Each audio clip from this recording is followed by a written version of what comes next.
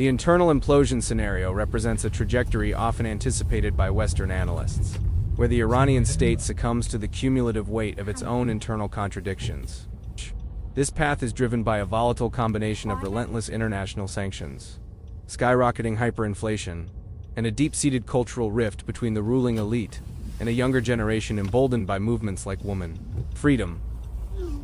In this narrative, the government's failure to address the systemic economic crisis triggers a widespread domestic revolution or a fracturing of the security apparatus. The ultimate result would be a profound transformation of the Iranian state, shifting from a theocratic autocracy toward a more secular democratic model.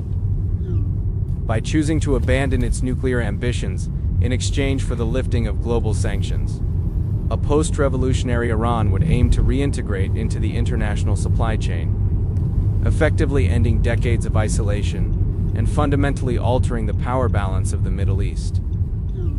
The managed transition is a strategic middle path where the regime chooses to bend rather than break to ensure its institutional survival. Driven by pragmatists within the elite, who recognize that the current trajectory leads to destruction, this scenario involves marginalizing hardliners in favor of a face-saving off-ramp. The result would be a China-style pivot, maintaining firm authoritarian control while implementing significant economic and social liberalization. By freezing its nuclear program in exchange for massive sanctions relief, Iran would reintegrate into the global supply chain, effectively pivoting from a revolutionary disruptor to a more predictable nationalist state. The nuclear fortress represents a path of radical hardening, where the Iranian leadership concludes that survival is only possible through total defiance and absolute deterrence, driven by the failure of strategic patience.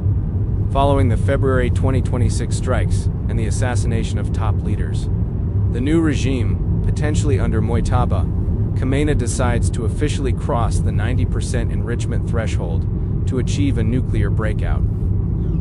The result would be Iran's transformation into a Middle Eastern North Korea, a nuclear-armed pariah state that is completely integrated into the new axis with Russia and China. By trading energy for high-tech defense to ensure its institutional survival, Iran would embrace a state of permanent isolation and a perpetual Cold War posture with its neighbors.